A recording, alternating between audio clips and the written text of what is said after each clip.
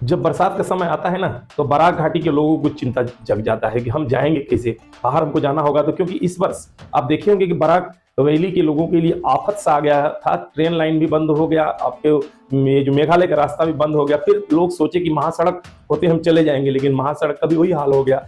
इसी दृष्टि से देखते हुए बीते कल जो राज्य के मंत्री कौशिक राय हैं, उन्होंने सभी मीडिया को लेकर वो महासड़क को दिखाने के लिए ले चले कि कहाँ समस्या है और कहाँ पर समस्या नहीं है। वो सभी जो मीडिया बंधु देख ले और उसी आधार पर महासड़क कब होगा वह बताएंगे। ठीक सुबह 10 बजे यहाँ से निकलते हैं लोग, और राज्य के मंत्री के साथ में राज्यसभा सांसद कनाथपुर का 2 विधायक मेहरकांति सोम, निहारंजन दास और कंकड़ नारायण सिकदार जो है जिला परिषद के चेयरमैन, साथ ही कछाड़ भाजपा महासचिव अमिताभ राय दल बल के साथ निकलते हैं। भाजपाई भी साथ में रहते हैं, अभियंता भी होते हैं। NHIDCL के जो GM हैं गौरांग देवघरे, वो भी साथ में जाते हैं। ठीक यहाँ से बालाछड़ा से हम लोग निकलकर देवी नाला के पास पहुंचते हैं, तो देवी नाला के पास भी एक बड़ा सा पहाड़ है, और सिख जो मंत्री है वहां पर उनकी कॉन्वॉय खड़ा होता है, और सभी कोई दौड़कर जाते हैं कि आखिर खड़ा क्यों होते, पता चलता है कि नहीं, वहां पर जो पहाड़ है वो विशाल पहाड़ को भी काटने का काम बाकी है। उन्होंने तुरंत NHIDCL के जो GM है गौरांग देवघरे, उनको निर्देश दिया कि इसे जल्द से जल्द इस पर काम शुरू किया जाए, ताकि 31 जो जनवरी है वो डेडलाइन दिया हुआ है कि 31 जनवरी को इस जो सिलचर सौराष्ट्र महासड़क, इस पर सभी गाड़ियां दौड़ने लगेंगी। चलिए, हम तो देवी नाला के पास पहुंचे, इसके बाद झाटिंगा के कई स्थानों पर राज्य के मंत्री कॉन्वॉय खड़ा होता है, और जहां जहां समस्या है उन समस्याओं को मीडिया को दिखाया जाता है कि आप देखिए इतना ही समस्या है और इसे हम अगले 65-70 दिनों में इसे हम खत्म कर लेंगे, और 31 जो जनवरी को जो दिन है उस दिन से ही इस महासड़क पर सभी गाड़ियां सिलचर से गुवाहाटी के लिए रवाना। नेरिंग बांग्लो से पहले दलईचुंग एक जगह है जहां पर काम बाकी है, वहां पर 4 पिलर लगाना है।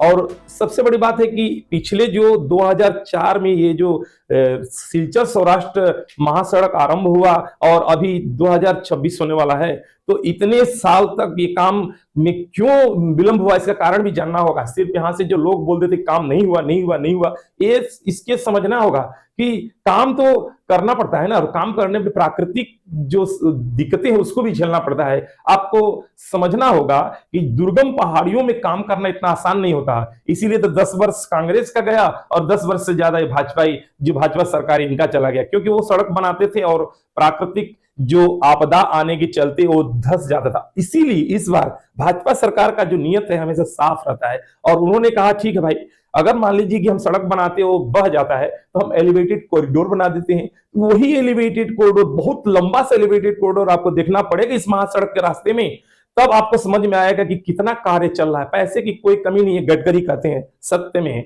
पैसे की कोई कमी नहीं। सरकार पैसा तो देना चाहती है, लेकिन प्राकृतिक आपदाओं के आगे सरकार विफल हो जाती है। लेकिन इस बार जो सरकार का कार्य है, उन्होंने बहुत ही बढ़िया से कार्य चल रहा है। वहां पर हम लोग बारीकी से देखा है, पूरी मीडिया, सिलचर की मीडिया ने देखा, एकदम पूरा ऊपर से नीचे, दाएं से बाएं, चारों तरफ से देखा गया, वीडियो कैमरे से सबको कैद किया गया कि कहां कहां समस्या है। दलईचुंग स्थान पर 4 पिलर बनाना है, और एलिवेटेड कॉरिडोर में होता क्या है कि जो ऊपर का जो एलिवेटेड कॉरिडोर को ऊपर जो रखने वाला सामान होता है वो रेडीमेड होता है, वो सब बाहर बना लिया गया है और बनाया भी जा रहा है। 70 दिन का समय मंत्री कौशिक राय का कहना है कि 70 दिनों में ये सभी काम कर लेंगे। 4 जो पिलर लगाने का काम है वो 1 महीने में खत्म हो जाएगा। इसके ऊपर जो सामग्री लगता है वो भी आपको लग जाएगा। उनका डेडलाइन है कि ठीक है, 4 लेन हम नहीं शुरू कर सकते सब जगह में, लेकिन जो 8-9 किलोमीटर की जगह है वहां पर 2 लेन के माध्यम से ही हरी झंडी देंगे, सभी गाड़ियां चलने लगेगी।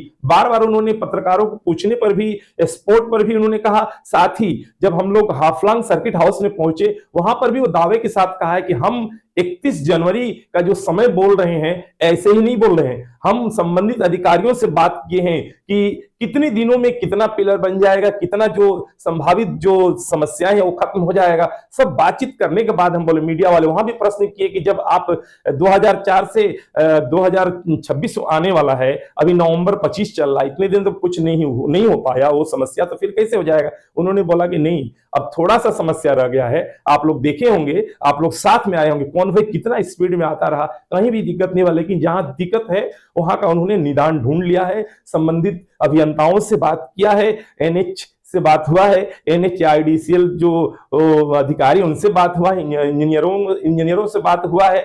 तो इस तरीके से सभी से उन्होंने बातचीत करने के बाद में समस्या थोड़ा सा वही दलीचुंग जगह में वहां पर एक गांव वाले का जो जमीन है उसमें थोड़ी सी समस्या है, अधिग्रहण का समस्या, वो भी खत्म हो जाएगा। बातचीत सरकार से हो गई है, एनएच के अधिकारियों से वहां पर ये बातचीत हो गया है। तो आप मोटे तौर पर समझ लीजिए कि अगले महीने जनवरी के 31 तारीख से वहां पर छोटी बड़ी सभी गाड़ियां चलने लगेगी।